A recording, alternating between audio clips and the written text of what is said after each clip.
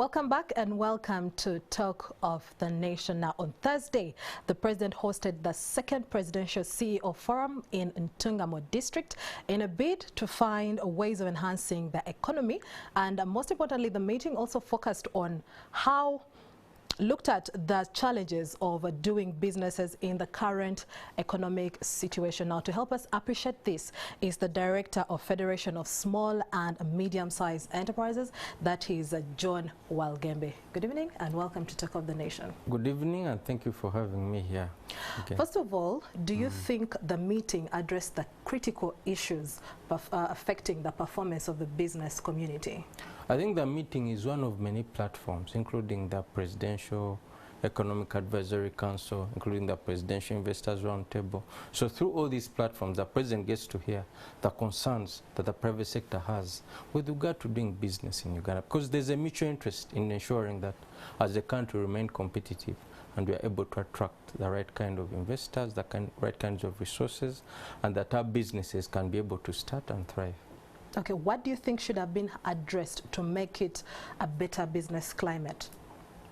Well, as you know, at the moment, we are struggling with inflation and high commodity prices.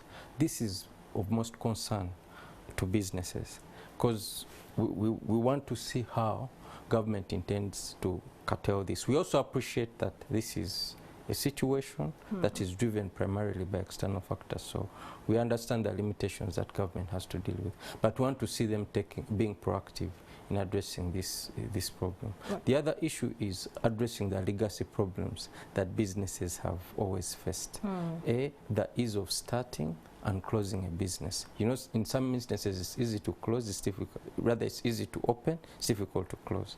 The other issue is accessing financing, affordable financing. Now, we are not saying government needs to create funds and so on, because government doesn't have endless pockets.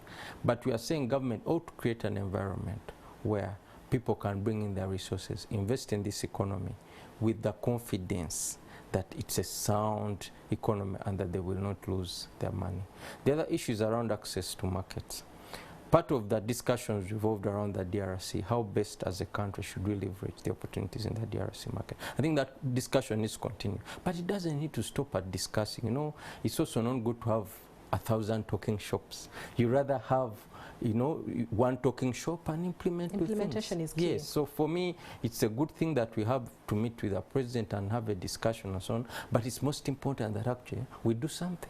So that in meeting one, what have we accomplished? Now this is meeting two, what have we accomplished? We rather accomplish one item out of one meeting than talking endlessly and achieving nothing. Yes. Okay, then I would like to also pick some of your thoughts on what the president or Keptrino talked about. He indicated that there is need to tax imported foreign goods, yet you find that some of those goods actually, you know, locally produced here. Do you think that the president has a point?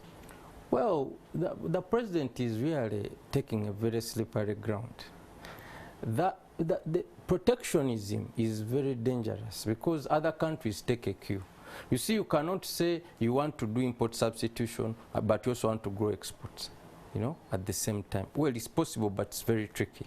You know, you can't protect your market while you think that other people will open up their own markets. So I think we must be very careful as we protect. How do we do that is consistent with the agreements that we've signed? Whether we're talking about the ESC, whether we're talking about COMESA, whether we're talking about the tripartite or the AFCFTA, you know, let's ensure that we are not caught on the wrong side of history, because other countries will retaliate and we start putting in place tariffs and non-tariff barriers, and then we'll come back complaining to His Excellency, oh, our poultry, whatever was stopped, oh, our milk products were stopped, yet we are not started. So we have to be extremely careful as we take that route. If you were to address yourself to the president, yes, what would you have him say, or how would you want him to look into this matter? No, just build local capacity to compete. Don't close because you see, if there's a football match, don't stop the other team from coming. Because if you stop the other team from coming, the match won't take place. Instead, make sure that your players are strong, they rest, they eat very well, they know how to play, and they defeat the other team fair and square. And that's what you are telling.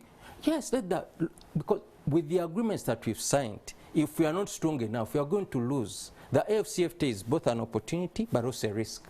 So the government ought to concentrate on ensuring that our players, the SMEs, the businesses are strong enough. We can go to Malawi and compete. We can go to Morocco and compete. But closing our market and thinking we are safe, I don't think is a non-starter. So for me, I wouldn't really advise him to take that route. Yes, find clever ways of protecting infant industries and so on, but don't overdo it.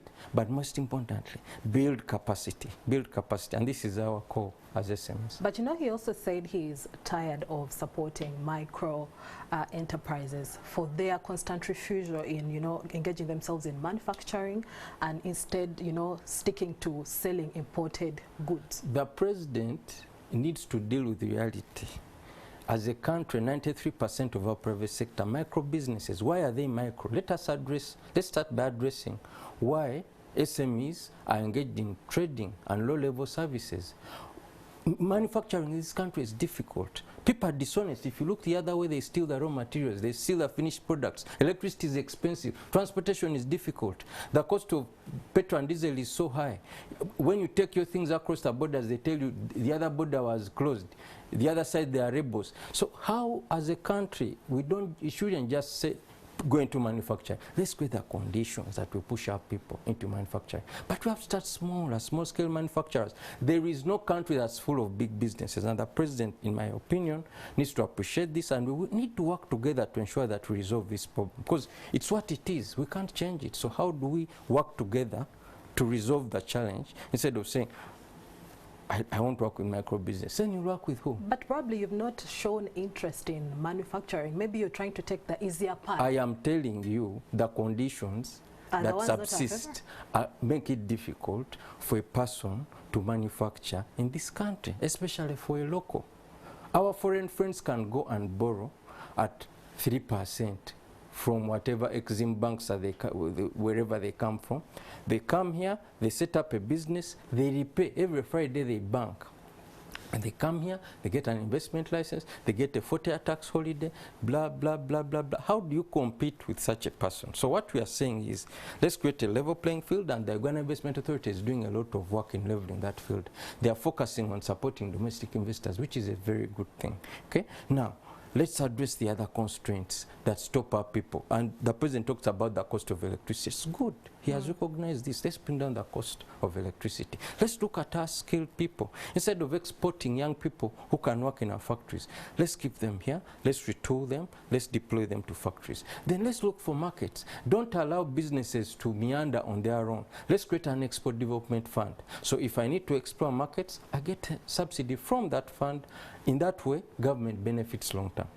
You are the right person to address the SMEs. Yes. If you are to give them piece of advice, yes, as we conclude this, yes, what would you have them do in this time that they are struggling and grappling with economic situation? My advice to SMEs is, do your part as we do ours. Our part is to speak on your behalf to government and to other people who can put in place things to support you. On your part, run your business professionally.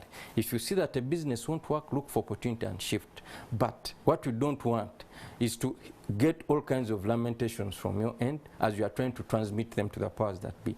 You run your business well. If you need support, we are there to support you as a federation. Other entities are there to support you. Let's work together to ensure that you get through this. It's a tough time, we know that, but we'll get through it, I can assure you. Thank you so much for joining us for Talk of the Nation. We take a break and return with NTV Weekend Edition.